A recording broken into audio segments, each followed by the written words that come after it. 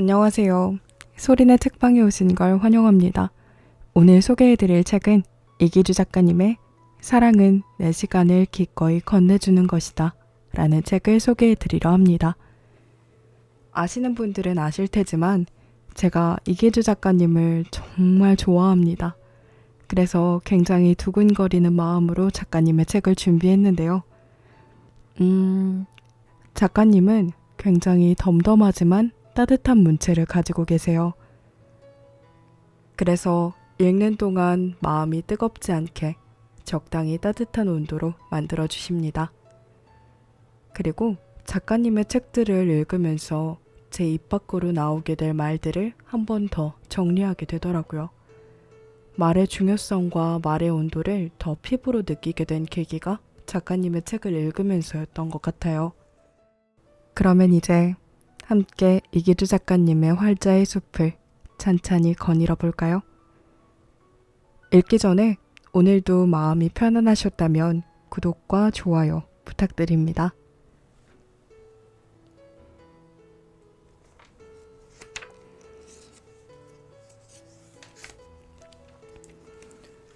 항상 이 일러두기에 적혀있는 글에 눈이 가더라고요. 한 권의 책은 수십만 개의 활자로 이루어진 숲인지도 모릅니다. 사랑은 내 시간을 기꺼이 건네주는 것이다 라는 숲을 단숨에 내달리기보다 이른 아침에 고즈넉한 공원을 산책하듯이 찬찬히 거닐었으면 합니다. 이기주.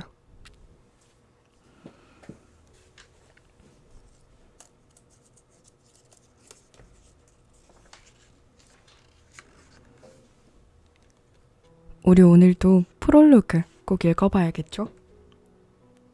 우리는 시간을 공유하는 사람들과 의미 있는 관계를 맺으며 살아갑니다. 특히 사랑은 내 시간을 상대에게 기꺼이 건네주는 것입니다. 비 내리는 소리에 귀를 기울이며 이기주.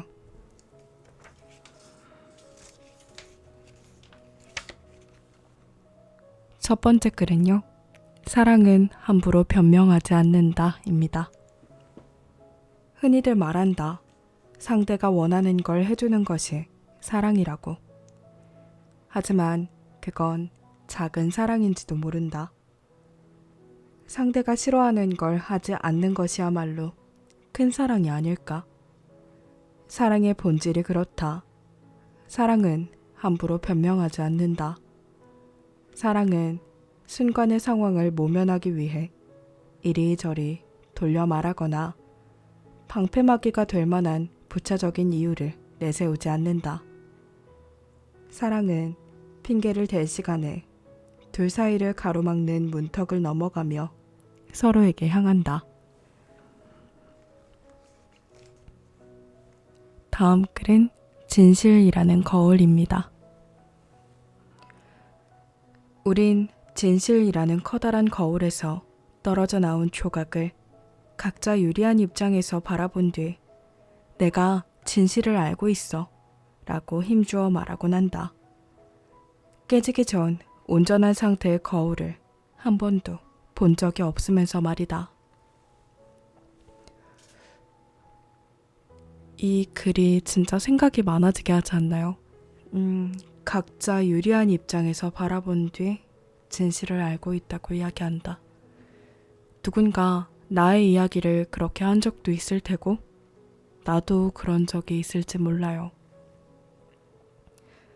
모든 걸 알지 못하지만 얘가 이러던데? 나 그 얘기 알아. 걔는 그렇게 얘기하더라. 걔 그런 애지. 이런 많은 말들. 상대가 듣지 못하는 자리에서 그런 많은 이야기들이 나오고 누군가는 그런 말로 인해서 상처받겠죠.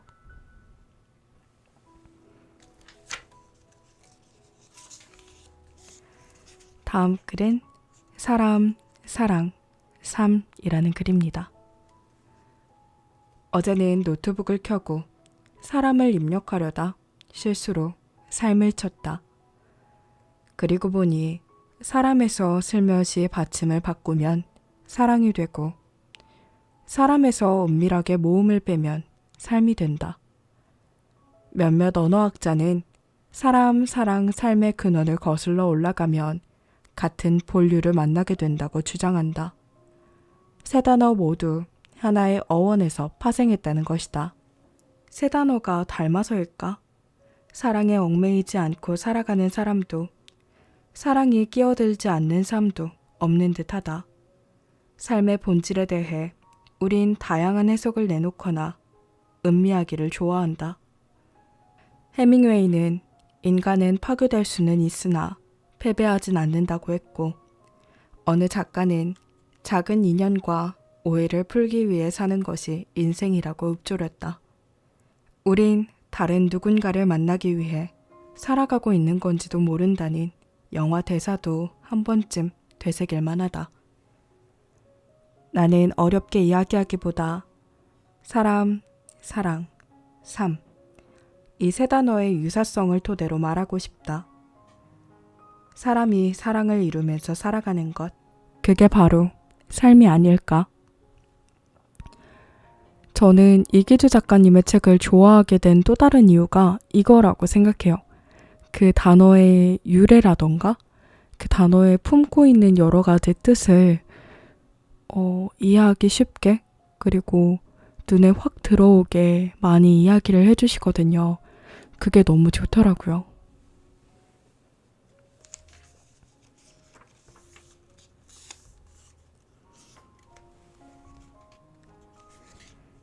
다음 글은 서로 다른 우주의 충돌입니다. 각기 다른 두 사람의 만남은 서로 다른 우주의 충돌이다. 충돌은 두 주체가 서로 맞부딪히고 맞서는 것이다. 마찰을 일으킨다. 갈등을 낳는다. 나와 생각이 다른 누군가를 향해 내뱉는 내가 당신을 이해할게요 라는 말은 우리가 살아가는 현실에서 완벽히 뿌리내리기 어려운 게 사실이다. 오히려 갈등과 다툼질 앞에서 서로 이해하지 못할 수도 있다는 사실을 인정하고 받아들일 때, 그 사실을 업신여기지 않을 때 오해의 가능성은 줄어든다. 그리고 그 순간 어쩌면 마음 한구석에서 서로에 대한 인간적인 이해의 싹이 돋아날지도 모른다.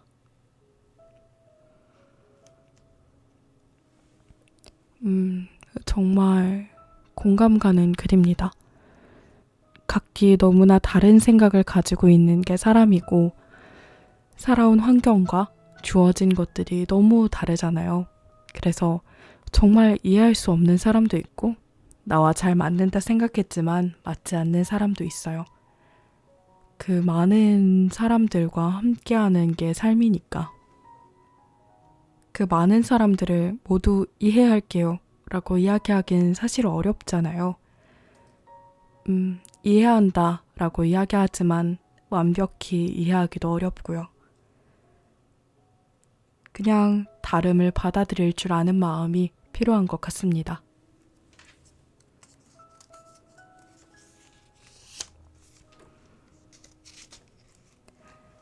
다음 글은 지지 않는 꽃이라는 글이에요.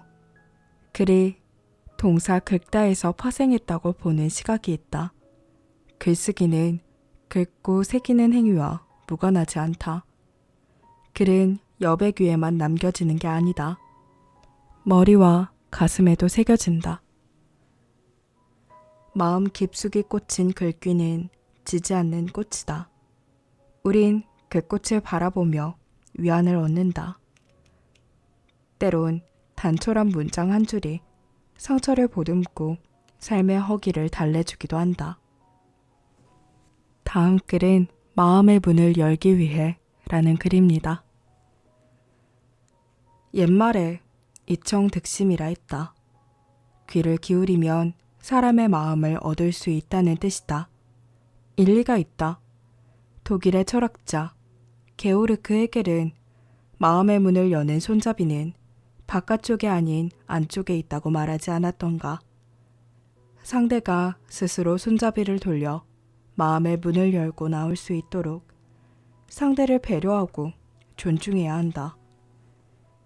그런 뒤에야 마음을 얻는 것도 가능하다. 이는 얼핏 교과서적인 얘기 같지만 꼭 그렇지만도 않다. 인생을 살아가다 보면 다양한 인간관계에서 비롯된 수많은 문제와 마주하게 된다. 이를 해결하기 위해서는 상대에게 적절한 말과 행동을 건네야 하는데, 이때 본질적인 해결책은 다름 아닌 상대의 말 속에 들어있는 경우가 많다. 대개 어떤 문제와 그에 상응하는 답은 보이지 않는 투명한 끈으로 느슨하게 이어져 있다. 그 끈을 차근차근 더듬고 끌어당김으로써 문제와 정답 사이의 간극을 좁혀나갈 때 나름의 해결책을 찾아낼 수 있다. 그러므로 잘 말하기 위해서는 우선 잘 들어야만 한다. 상대의 주장에 동의하지 않더라도 그의 말할 권리를 존중하고 귀를 기울여야 상대의 마음을 열어 젖히는 열쇠를 손에 거머쥘 수 있다. 이는 의사소통 과정뿐만 아니라 인생이라는 광활한 무대에서도 적잖이 도움이 되는 자세이기도 하다. 삶의 지혜는 종종 듣는 데에서 비롯되고 삶의 후회는 대개 말하는 데에서 비롯된다. 이 글 읽을 때 교과서가 생각이 났어요. 그거 아세요? 제가 초등학교를 다닐 때 저학년 때는 말드스라는 교과서 과목을 공부했어요. 말하기, 듣기, 쓰기 이렇게 세 가지가 한 번에 있는 교과서였는데요. 국어책이죠. 그런데 이게 제가 고학년으로 올라가면서 듣말스라는 과목으로 바뀌었어요. 듣기, 말하기, 쓰기가 된 거죠. 한때는 자신의 주장, 말하는 것을 중요하게 생각했지만 말하는 것보다 듣는 게 더 중요하다라는 걸 가장 피부에 와닿게 변화된 것이 교과서가 아닐까라고 생각합니다.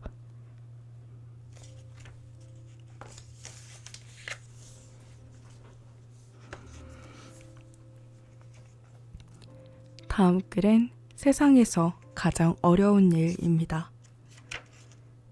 무릇 하수는 기본에 해당하는 그 뻔함의 가치를 아예 모르는 사람이라면 중수는 그것을 극복하기 위해 쓰는 사람이고 상수는 뻔한 것을 이미 자기 것으로 만들어서 그 너머의 세계로 훨훨 날아간 사람이다.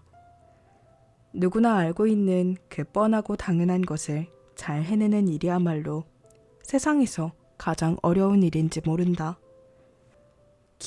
기본이라는 게 뭘까요? 기본을 지키기도 사실 어렵지 않나요? 저는 하수인가 봐요. 진짜 딱 기본을 지키면 그래도 중간은 간다 라고 생각하는 것 같아요. 언젠가 상수로 나아갈 수 있겠죠?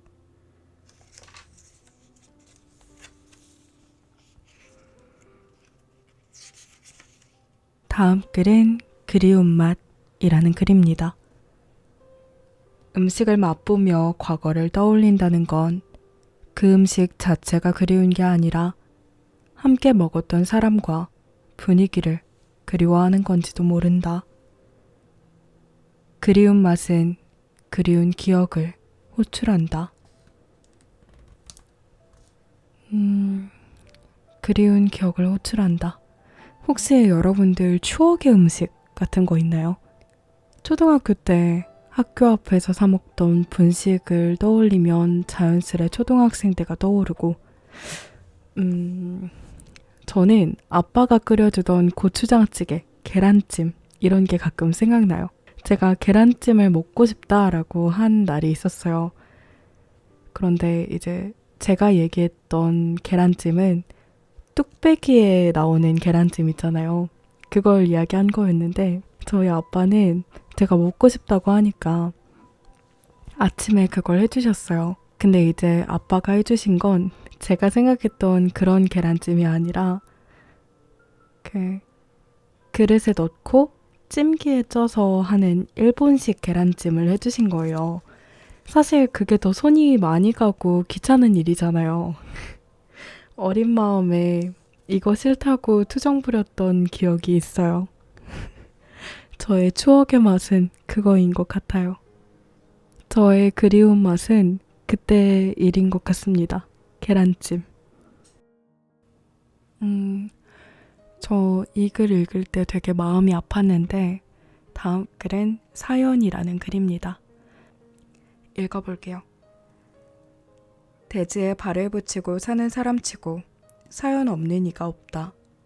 아무리 보잘것없는 몸뚱아리의 소유자라 할지라도 우주만한 크기의 사연 하나쯤은 가슴속 깊이 소중하게 간직한 채 살아가기 마련이다.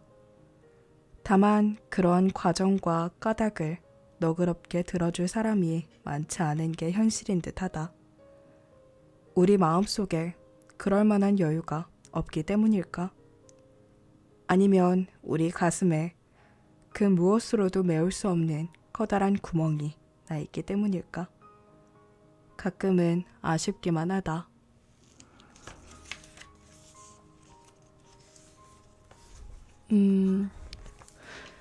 진짜 사연 없이 살아가는 사람은 없죠. 정말 해맑아 보이는 사람에게도 그 사람만의 사연이 있고 모두에게 자기만의 사연과 자기만의 힘듦과 자기만의 기쁨, 다양한 것들을 짊어지고 살잖아요. 우리는 그 사람의 상황에서 살아본 적이 없기 때문에 그 사람을 완벽하게 이해하기 솔직히 어려워요. 그게 맞죠. 다만 그 다른 상황이 너는 그랬구나 라고 받아들일 수 있으면 좋겠지만 우리 누구 힘들단 얘기하면 불행 배틀이라고 하죠. 서로 자신의 힘듦이 더 강하다 라고 주장하는 그런 일들이 벌어지곤 하는데요. 조금 마음이 아파요. 다들 자기만의 힘듦이 가장 크게 다가오는 게 맞아요. 나의 일이니까. 상대방의 일도 너는 그런 게 힘들었구나 라고 받아들일 수 있는 마음의 크기를 가지게 되면 좋을 것 같아요. 저도 좀 다이나믹한 인생을 살아가고 있는 사람으로서 안전하고 편안한 인생을 살아왔다 라고 이야기할 수는 없지만 넓은 마음을 가지기 위해 노력하고 있습니다. 다음 글은 가짜의 화려함입니다. 오래전 경제부 기자 시절 시중은행의 위패 감별사를 만난 적이 있다. 그는 빠른 손놀림으로 한 채의 오차도 없이 슈퍼노트를 감별해내는 가짜돈 전문가였다. 궁금했다. 진짜 지폐와 가짜 지폐를 가르는 잣대가 무엇인가? 그와 주고받은 대화를 요약하면 대략 이렇다. 차장님, 요즘 육안으로 구별하기 어려울 정도로 정교한 위패가 많다고 하던데요. 네, 그럴수록 진짜에 대한 확신이 있어야 해요. 가짜를 걸러내려면 진짜를 잘 알아야 하죠. 그렇군요. 그래도 가짜를 보면 뭔가 감이 온다거나 그런 게 있나요? 너무 화려하면 일단 수상한 지폐로 분류합니다. 네? 화려한 게 위패일 가능성이 크다는 말씀인가요? 위패는 진짜처럼 보이기 위해 꾸민 흔적이 역력해요. 어딘지 모르게 부자연스럽죠. 가짜는 필요 이상으로 화려합니다. 진짜는 안 그래요. 진짜 지폐는 자연스러워요. 억지로 꾸밀 필요가 없으니까. 진짜는 억지로 꾸밀 필요가 없다. 그 자체로 충분히 가치가 있는 거니까 그런 거겠죠. 이런 종류의 글들에서 많이 나오는 이야기인데 진짜가 품고 있는 아름다움에 대한 이야기를 많이 하는 것 같아요. 아까는 제가 이기주 작가님 책에는 그 단어의 유래라던가 그런 이야기들을 많이 해주셔서 좋다라고 이야기했잖아요. 이런 기자 시절의 이야기를 해주시는 것도 너무 좋아요. 그냥 작가님이 좋은 건가?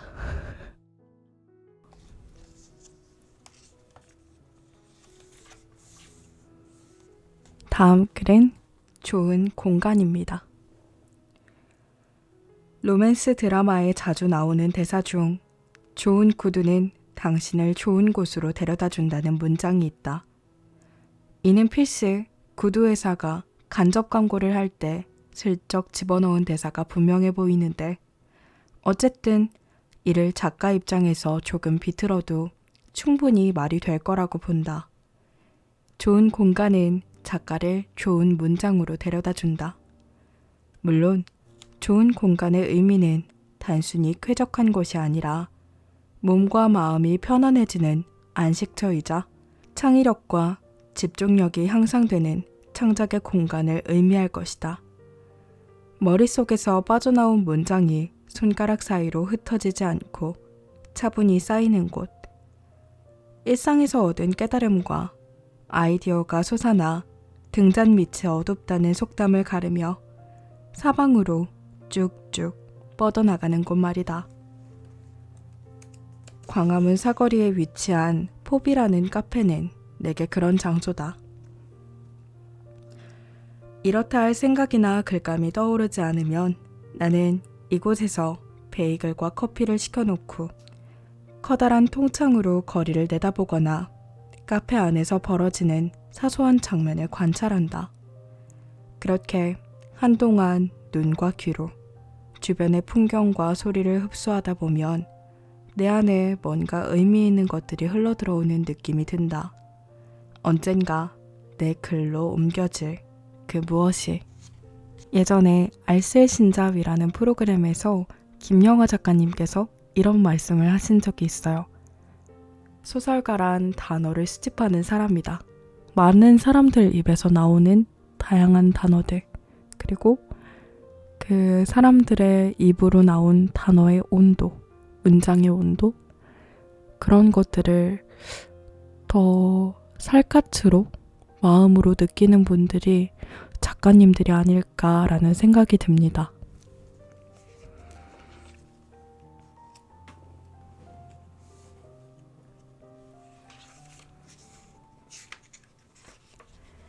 다음 글은 그리움이라는 글입니다. 마음의 밑바닥에 접어든 기억은 살아가는 동안 숱한 계기에 의해 수없이 되살아난다. 기억은 돌돌 말아서 반듯하게 정리해놓는 속옷이 아니라 살아있는 생물 같아서 때때로 제자리를 벗어나 마음속을 제멋대로 돌아다닌다. 기억의 활동량이 급격히 늘어나는 날이 문제다. 쓰디 쓴 기억이 가슴에 새겨진 상흔을 들쑤시는 것도 모자라 머릿속에 꽉 들어차 몇 날 며칠이고 꼼짝도 하지 않을 때가 있다. 그러면 기억에 스며있는 삶의 비애와 상처까지 골마 터지고 만다. 인간의 삶을 지탱하는 것들은 시간의 물결에 올라타서 흐르지 않고 한 곳에 고여있다 보면 끝내 썩어버린다고 나는 생각한다. 일정한 공간을 차지하고 질량을 갖는 물질만 그런 게 아니라 눈에 보이지 않지만 인간의 심리와 기분에 영향을 미치는 정서적 요소야말로 그렇지 않나 싶다. 적절한 시점에 적당한 양을 방출해야 한다. 마음 안쪽에서 썩어 문드러지지 않도록. 이런 이유로 우린 한때 소중했던 사람에 대한 그리움에 밤잠을 이루지 못하는 날이면 그 사람이 곁을 떠나는 순간 마지막으로 건네준 눈빛을 생각하며 눈물을 쏟아내고 안 쓰던 일기를 쓰거나 책 귀퉁이에 낙서를 끼적이는 게 아닐까. 그렇게라도 그리움을 토해내야 하기에, 그래야 견딜 수 있기에. 그리움이라는 게 뭘까요? 괜찮다 싶다가도 어느 순간에 휘몰아치는 게 그리움이 아닌가라고 생각하는데, 정말 나도 모르게 어느 순간 누군가가 훅 떠오를 때가 있고 생각지도 못한 장소에서 그 사람이 생각날 때면 되게 당황스러운 그리움이 찾아오는 것 같아요.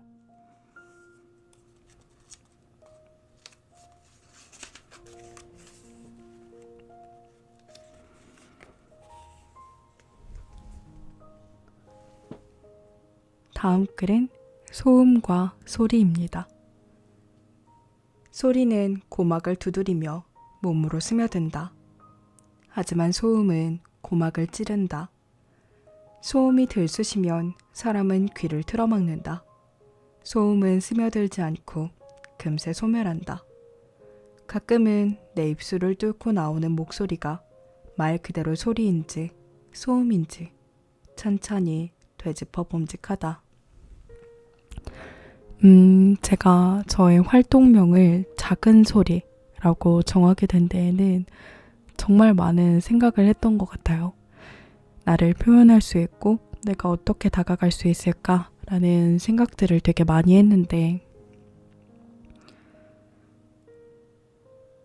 여기에서도 나오는 것처럼 소리는 누군가의 귀로 들어가서 그게 생각과 마음에도 전달된다라고 생각해요. 말이라는 게 한 사람에게 들어가서 어떤 온기를 주고 어떤 마음의 변화를 주는 거, 그게 되게 커다란 가치라고 느껴졌어요. 그거 말고도 우리는 노랫소리를 들으면서 힐링을 할 때도 있고 신나할 때도 있고 좋아하는 사람과 말하면서 그 사람의 대화를 통해서 마음의 평안을 얻어요. 그런 마음에서 소리라는 닉네임을 짓게 됐거든요. 한 번에 크게 다가가는 사람이 아니라 왜 우리 가랑비에 옷 젖는 줄 모른다 라고 하잖아요. 그것처럼 천천히 조금씩 청취자분들께 스며들고 싶었어요. 그래서 큰 소리도 아니고 우렁찬 소리도 아니고 작은 소리가 되었습니다. 이 글을 읽을 때 그게 생각이 나더라고요. 이거지, 내가 하고 싶었던 말이 이거야 라는 생각으로 포스트잇을 붙여놨던 기억이 납니다.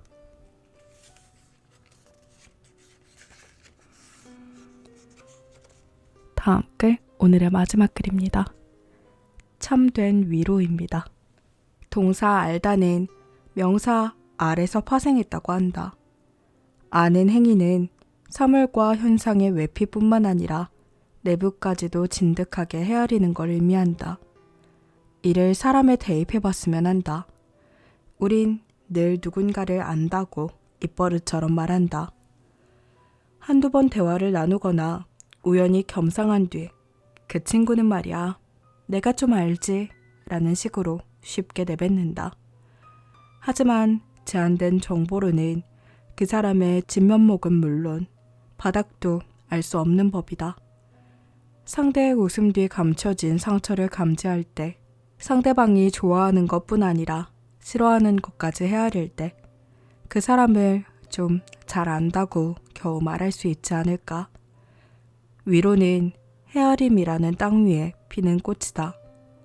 상대에 대한 암이 빠져있는 위로는 되레 더 큰 상처를 주기도 한다.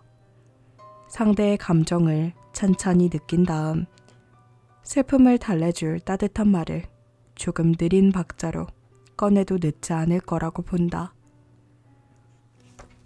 조금 느린 박자로 꺼내도 늦지 않을 거라 본다. 이 말이 저에게 많은 영향을 줬어요. 저는 사실 따뜻한 말의 위로는 정말 못하는 사람이에요. 누군가 어떤 말을 했을 때 위로보다는 현실적인 대안을 제시하는 사람이거든요. 그래서 따뜻한 공감을 필요로 하는 순간에는 굳이 괜한 말을 꺼내지 않고 입 닫고 있어야지라고 생각을 하곤 하는데 내 입 밖으로 나온 말이 상대에게 어떤 이야기로 다가갈지 몰라서 조심하게 되는 것도 있는 것 같아요.